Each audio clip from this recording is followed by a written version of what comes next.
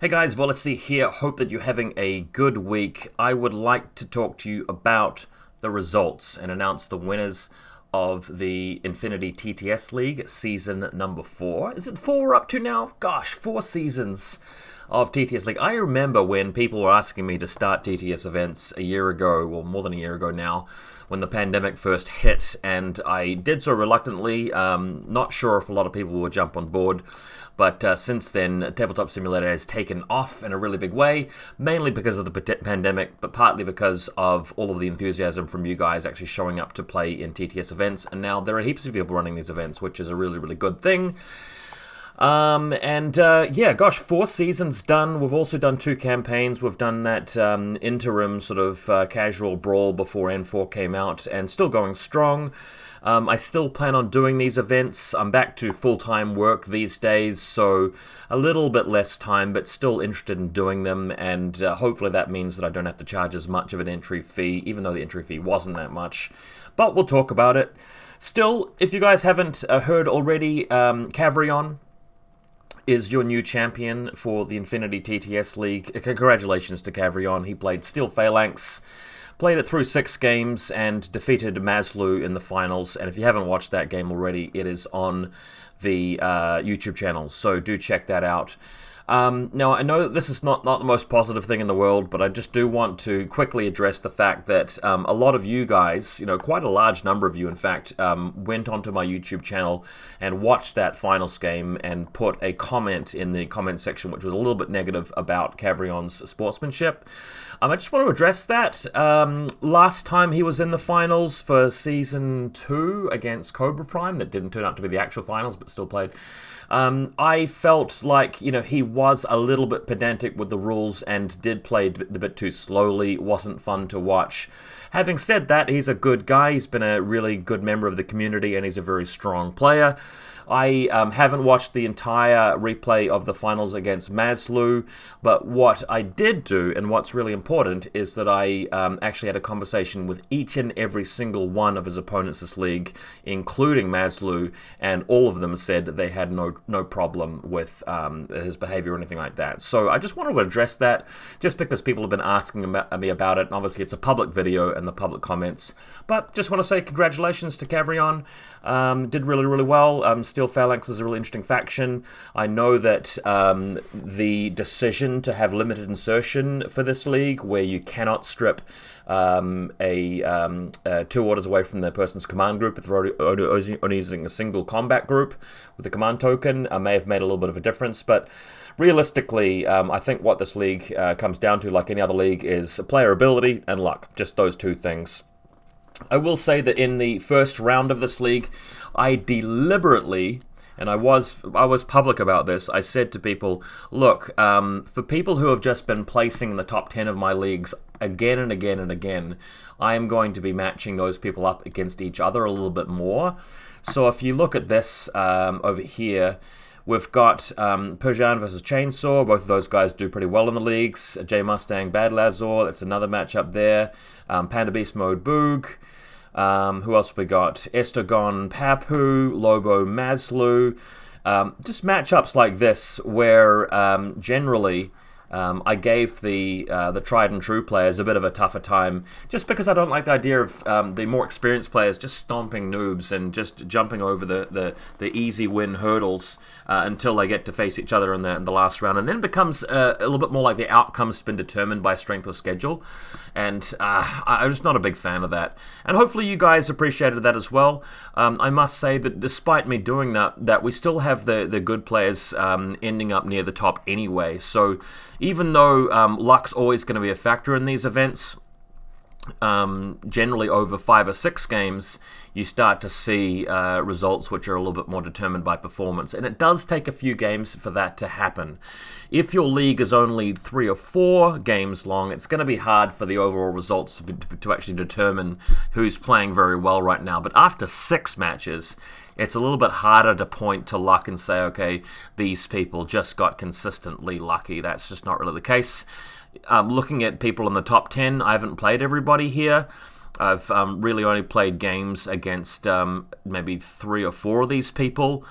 But I can say that the people I have played are very, very good at the game. So that's awesome. And we'll talk a little bit more about how luck was a factor when we talk about our survey and the poll you guys did recently. So yeah, hopefully everybody in this list had a great time. Only 3 people dropped out, which is pretty good. There were a couple of people who enrolled in our little mentorship program and had a little bit of help from people who were in the league, which was great. This season saw the one-off occurrence of Meme League, which was a fun one. For this one, we asked people to write army lists that were considered meme lists, and I must say, even though I went to a lot of effort to try and communicate to people what a meme list was, and the difference between simply taking a unit that's considered a meme unit and taking a few extra ones and then writing a powerful list behind it is different from just running a list full of crappy profiles. Despite that, Variance managed to win with Corregidor. He did have a Corregidor list with like 4 geckos, which even though that is a meme list, it was quite a bit different from, for example, Temporal Distortion, which just ran a bunch of ninjas and hidden deployment stuff. And taken together, that's a bit of a different kind of a meme, which is a lot harder to win with than 4 geckos. Despite that, I think everybody had a good time. I was in the league, I came 3rd. Wyrock No Die absolutely just destroyed me with his Chaxa Long Arms. I'm not too sure if you spectated that game, but my luck and dice rolls that game were just, it's just non-existent. I just got crit again and again by pistols and stuff like that. It was heartbreaking. I mean, I made every possible good play I could, and I just got destroyed. But anyway, I did win the other 2 games, which is great. So yeah, hopefully you guys enjoyed Meme League. I don't think we'll be continuing Meme League. I haven't had enough people say to me that they want to do it again, so this may not continue, but never know. Down the track, could come back. So there you go. I do want to point out that Lobo and Panda Beast Mode have not finished their round 6 game, even though they are entitled to one. That won't really affect the result because even 4 tournament points added to their current score brings them up to basically 6th place. So that's or 5th place is the best that they can achieve there. So although the rankings will be reshuffled a little bit after they play, we already know who the top 3 are. That's Cavrion, Automonkey, and Pseudonymster. Yeah, Lobo just having a few health issues at the moment, just couldn't make it to his game, but he's recovering from what I've heard. Cool, alright, so that was the 6-round league. I want to say next that I am thinking of starting another event on, and if we look at the calendar, so not this weekend or the weekend after, but probably at the start of August, maybe around about August the 6th, possibly, or the weekend after. It's probably going to be either of those 2, so August the 6th or August the 13th. And I will be running a bit more of an experimental league, and this, again, it'll be optional. Nobody has to play in it, and there probably will not be an entry fee, but we're going to be trying out some more fundamental modifications to ITS and Corvus Belli's rules for Infinity. I'll talk about that a little bit more at the end of the video. So next up, let's just get to the survey. This was a bit of a different survey. I've stopped really asking people as many questions about the maps and stuff like that, just because I've done a lot of polls in the past. I'm starting to get a clearer and clearer idea of sort of what's been done well and what's not. So these days the surveys are just about things that I'm not too sure about. And the first 3 questions here really are to do with 3 of the custom missions that we were trialing. And I've asked the same question for all of them. So first of all, I'm asking people if you feel like most of Corvus Belli's missions are better than my custom mission. And if the majority of people are saying that, then I probably shouldn't be including that mission, because why would you? I mean, it's better to include a mission that most people would prefer to play on. So I asked that question about Oblique Assault 2. This is the classic VaulSC custom mission, which has changed recently. I've streamlined it a little bit. I've made it a little bit less favorable for the person going second. And you guys are saying here, so out of 21 responses, we got 14.3% people saying that they prefer Corvus Belli's missions in general, which is not that many. And then 57% of you guys are saying that this is better than the majority of Corvus Belli missions, and that to me is affirmative in the sense that you guys are happy to continue playing this mission, because if it's better than the majority of the Corvus Belli ones, that's a good thing. Some of you guys, 14.3%, again, same number as the guys who said this one. Some of you guys are actually saying that it's better than any of the Corvus Belli missions, like actually all of them. Like you'd rather play this than any Corvus Belli mission, which is interesting. So there was 3 people that said that, 3 people who had the other response, and then 3 people who don't know. So overall, if we take the orange slice and the yellow slice, people favoring this mission is more than enough for me to want to continue it. Very similar with EDX operations, except in this case only one person thinks that most CB missions are better. And there are more people, a couple of extra people who think this is better than the majority of them. And there's even an extra person who think that this is better than any Corvus Belli mission. So what this is saying is that EDX missions is also approved by the community and is even more favored by the community than Oblique Assault. So you guys liked it for some reason. EDX Operations I think is a cool mission. It's a really good take on the armory with the objective room. So I'm happy to continue offering it given your responses. Neural net, though, is a bit different again. So we had a larger group of people who think that, gosh, all of the CB missions are better. But if you look at what's happening with the other responses here, we're having an even more overwhelming group of people who say that actually they prefer it than any Corvus Belli mission. So overall, if we just look at the responses collectively, and only one person not being sure about it, by the way, that neural net has actually been a hit. It's been even more favored than these other two, which is saying something. But it is slightly more polarizing. There is an extra 1 or 2 people who actively don't like it compared to these other missions. But overall, just the weight of favorability is pretty clear here that you guys are happy to play neural net, which is great. I think it's an amazing mission. I think it's really good. Okay, so do you think there should be more events like Meme League? And almost half you guys are saying no. And because of that, and I consider that to be a large group of people, even though it's not strictly a majority, like technically there's a 1-person majority here in the responses for actually preferring it.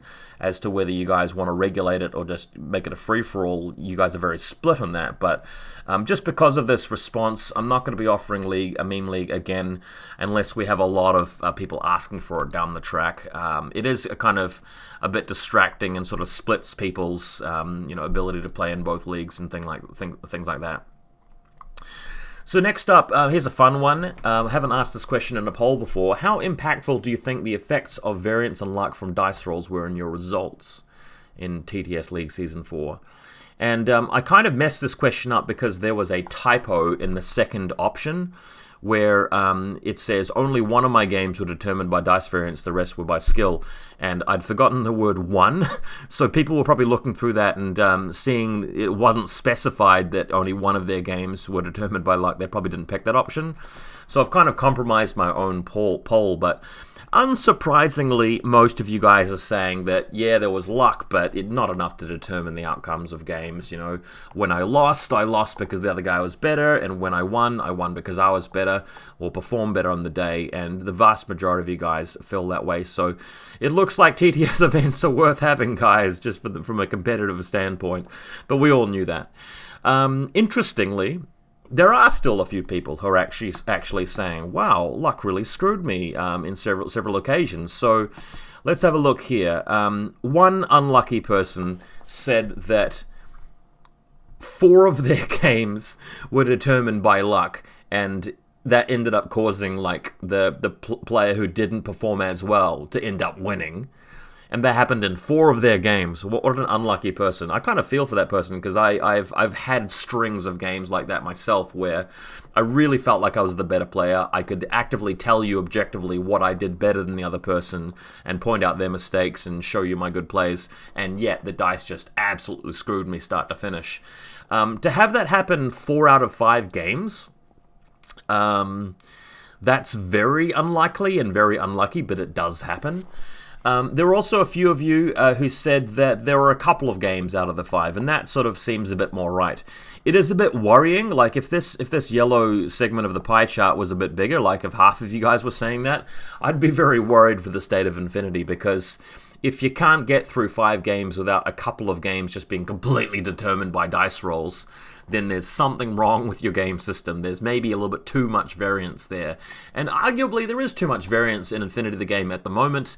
We'll talk a little bit later about some ways we might be able to mitigate that a little bit, but just in general, there's a reason why you don't see the same single person winning all of the events in Infinity like you would in chess tournaments or StarCraft tournaments or something like that. It's something where you need to be good at and skilled at the game, but a really bad instance of bad luck, there's nothing you can do about it, and it can mean that a mediocre player can beat you. It really does happen.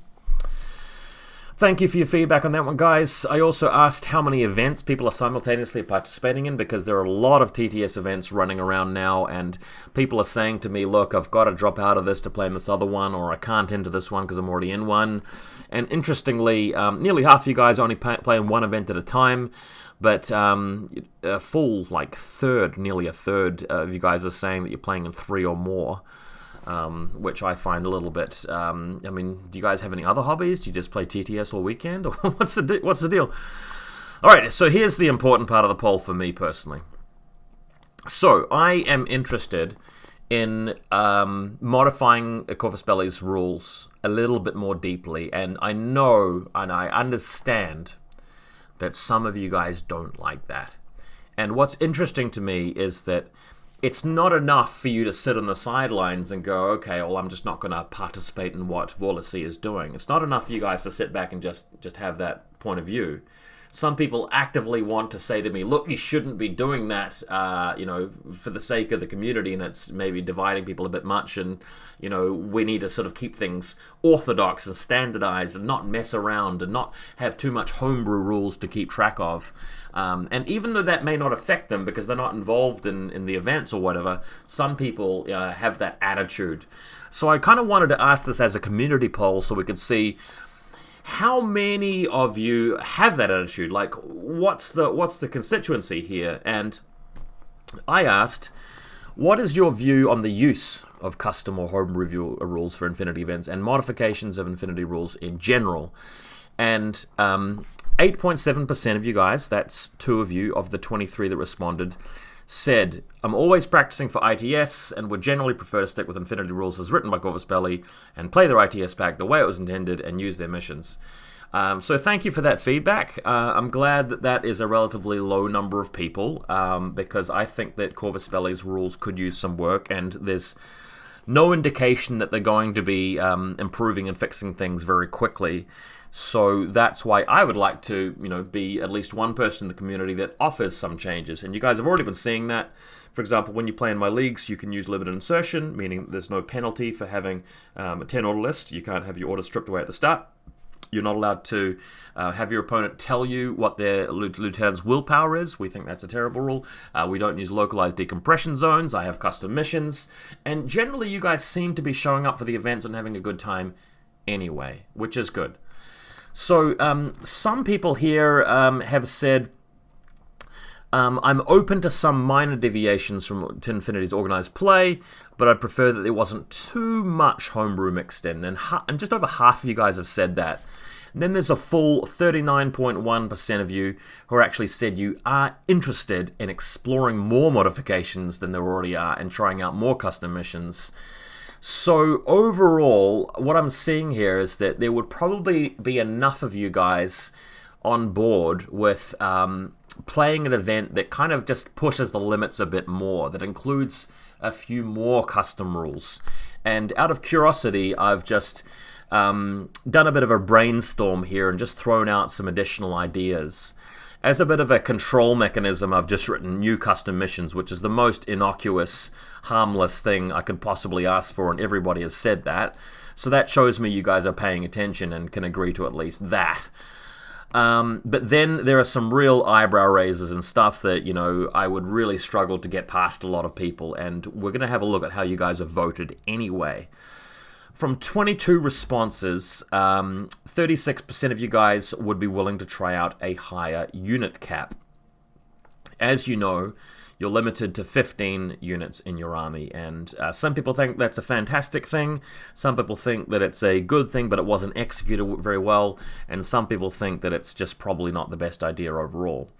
What I'm proposing here, though, is not so much a different trooper cap, but in terms of the items you can deploy on the table. So I'd want to change the terminology so it's not about troopers, but it's about deployable things. So models can include your miniature. So we've got like a little Kodali right here. That is like a person that counts towards the cap. But a deployable mine would, a deployable repeater would, a peripheral would, anything synchronized with you would. So the idea is that if you have 15 troopers in your army, and one of those troopers has a couple of peripherals, like an auxiliar bot or Überfall commandos with pupniks, they count towards the cap as well. And what this will do is that when you look at the most powerful, one of the most powerful lists in the game, which is a Nomads list, which has all the puppet bots and all the Überfall commando pupniks and Jazz and Billy and maybe a couple of Zon bots and stuff like that, that limit would hit that unit would hit a limit of 20 quite quickly, but would still be able to run a similar kind of list that it does at the highest level of play anyway. Whereas if you go over to Imperial Service, moving the cap to 20 means that, well, they're not really wanting to take a lot of peripheral stuff anyway, but now they can afford to take the 8 Guangxi and still, pay for some of the other things they could. Imperial Service is one of the weakest factions in the game at the moment, and that change would allow them to be reasonably competitive, or at least more competitive than they were. Similarly, French Ariadna and US Ariadna aren't really regarded as a super top tier faction. Some people disagree with that, that's fine. But this change would actually improve them. And the change, I don't think, would really help out Combined Army that much, because Combined Army is just sort of getting away with running like Shishkin and Orcus, Avatar, stuff like that. And as soon as they try and hit the 20 unit cap, well, they're having to take some of the smaller stuff that isn't really as offensive. It'd still be very, very powerful, but I don't think that it sort of it makes the gap between rich and poor bigger. I think that it actually reduces it a little bit. So if you guys are willing to, I would like to experiment with that. And for science, it would at least tell us, are people taking the opportunity to take 20 order lists all the time? Are they sticking with 15 order lists, or they're going for somewhere between? And we could at least find out. Don't you guys think that would be a good idea just to know? And what harm is it going to do to have one little event that's optional, free entry, people have fun with it, maybe 4 or 5 rounds, and you can just see what happens. Is the game going to just fall apart as a result of that? Is it going to be too polarizing? Let's just find out. Similarly, a different crit mechanic. I know you guys have just gotten used to N4. N3's crit mechanic was where you roll a crit and it automatically wounds the enemy model. Now, instead of doing an automatic wound, they simply take an additional armor save. My suggestion is to take a middle ground between N3 and N4 and say, okay, you don't have to take an additional armor save, and that hit doesn't wound you automatically, but you have a -8 modifier when you're making the armor save. So, example, you've got a combi rifle, you're shooting at me, I'm in cover, I have armor 1, +3 for cover, so armor 4, and you roll a crit. So you automatically win the face-to-face roll, and I've got to pass that armor save. Normally, I would need to roll a 10, because 10 plus my armor of 1 is 11, plus cover of 3 takes me to 14. The damage of the combi rifle is 13, so I have exceeded it by 1. So 10 plus is enough there. With a -8 modifier, I'm having to roll like a 3, an 18, 19, or 20. So there's a 15% chance of me surviving, but there's still a chance. Now, the important thing about that is that it still works off of how armored the unit is. It didn't matter in N3, but with that change, it's a little bit more like N4, where if you have tons of armor, you still have a better chance of passing than somebody who didn't when it comes to critical hits. So in that same example, I'm armor 9, I'm in cover. I'm armor 12 then. So to pass that armor save, I would normally need a 2+. But now, like a 10+ would be okay. So I've still got a 50-50 shot of tanking the save. So it's a bit more of a middle ground. But at the same time, it avoids the problem of N4, which is that you are a bit feast or famine. You could have the middle ground result, or you could have something on the bell curve where it's like, I failed both my saves, so that crit from your pistol took out my guy that had NWI and just did two wounds to them. Or, yep, you crit with your HMG, but I've got a lot of armor and I just kept saving them and you just did absolutely no damage. And after like 8 orders of your HMG trying to shoot my Yotum, you just did absolutely nothing. And because luck dictated that, even your crits didn't cut through. So over a long period of time, you just wasted your turn. So there are those two extreme scenarios in N4, which is partly what's making it feel like there's too much variance. What I would like to try is this different crit mechanic where there's a little bit of a middle ground. And again, I'm just going to keep saying this again and again and again and again. Please, guys, I want you to understand that if you're listening to this and you don't like homebrew, you don't have to play, you don't have to commentate, you don't have to hang out with us, you don't have to watch our games. You don't even have, you can even close your eyes and not sort of look at the results of the science that comes out here.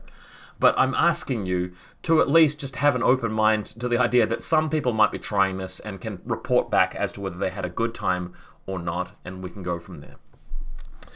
Then there's a bunch of other smaller stuff which sort of changes things in the rulebook. Armor piercing, ammunition rounding down. That means that if you're armor 1, you get it by an AP, like a breaker rifle or whatever it may be, like an AP HMG, then the AP actually does something to you. It also helps to scale back the value of armor, because it's sort of like gone from being not important to way too important, and this helps to rein that in a little bit more. Pitches, maximum range 16, just means it's a little bit less obnoxious when you're shooting Bit and Kiss all the way across the table and just hacking them to death. Or pitches and link teams, just from your deployment zone to their deployment zone and then guided missiles. That really sort of tones that tactic down. Regeneration roll suffers a -6. I just think that everything that has that rule is OP, even Shrouded and stuff like that. Obviously, this is meant to be a nerf to the Asawira, but I think that it's fine to nerf Shroudeds at the same time, just because they're worth their points, and they're still worth their points if you are regenerating on a 6 or less rather than a 12 or whatever it is. Prothion can't be used in combination with weapons. I just think that's a nerf to combine army, which they need. They're too powerful right now. And it just seems silly to me that you can decharge somebody in Prothion them. That wasn't the case in N3, and in N3 Prothion was fine. People used it all the time, and now it's just like bonkers crazy out of control. With Berserk, there's really no counter to Berserk, and with the new dodge rules, you can just dodge, go around a corner, and then just charge them, and I feel like that just kind of makes everything with Berserk a little bit too OP. I like the idea of making the threat range of that a little bit shorter, where rather than doubling your move value then attacking, you're only allowed to just move and attack, and that makes it a little bit easier to keep them at arm's reach. Camo markers have a prone marker next to them so that it's not deadly obvious where the camo marker is, and helps to maintain your shell game a bit more. That's intended as a buff to Ariadna, to be honest, and the factions like TAC, Tartary Armored Core. I just think that makes a lot more sense, and I want to actually see it tried in real competitions. In-game nerf, I think that's just, I mean, everybody's sort of complaining about in-game erase. It just doesn't need to be that powerful. Sixth Sense, now, I'm surprised you guys actually voted for this one. I was just kind of curious what people thought. The idea that Sixth Sense doesn't allow you to ignore the -6 penalty for shooting back means that sectorials and link teams can be countered a lot harder. So if you're sitting there with your Kamau sniper and a Varuna link, and somebody puts up white noise and you shoot at them through an HMG, they don't ignore the -6 penalty for firing back through white noise, or with a Albedo, for example.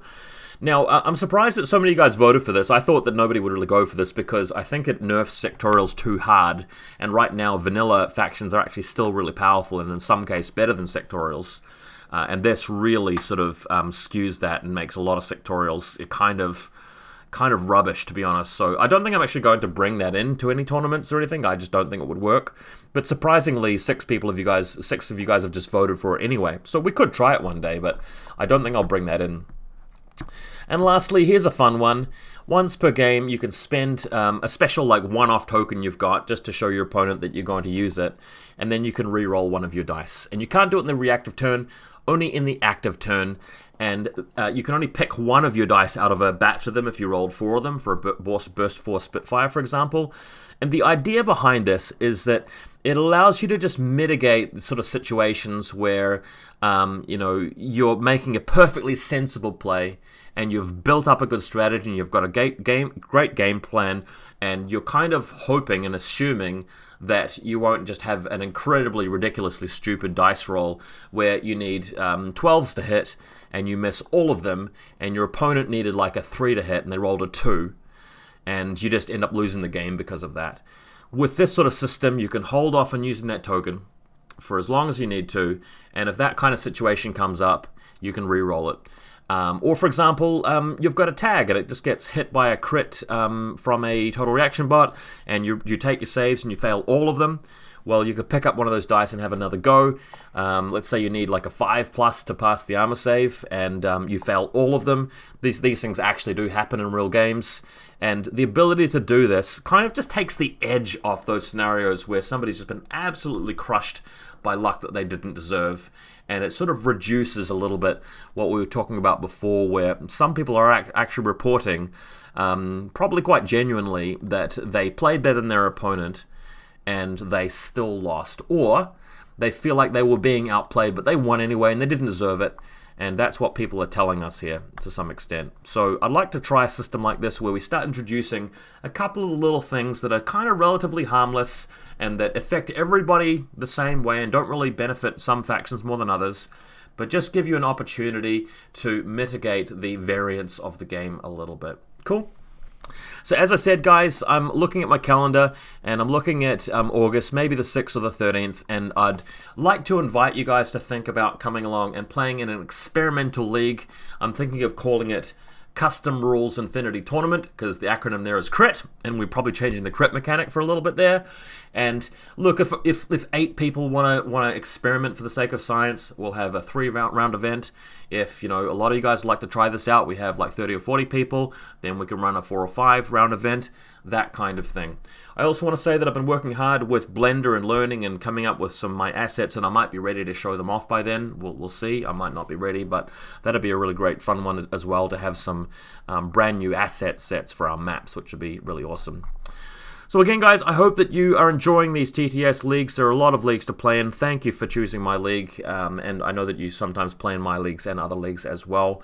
Appreciate your feedback, as always, in Discord, and I've been enjoying spectating people's games. You guys are getting really good at Infinity now, and I hope that there's a whole lot more to come. Hopefully we'll have a campaign later in the year as well, Season 3, probably call it Operation Rising Sun in honor of the Japanese. But yeah, until then, you guys have a great week.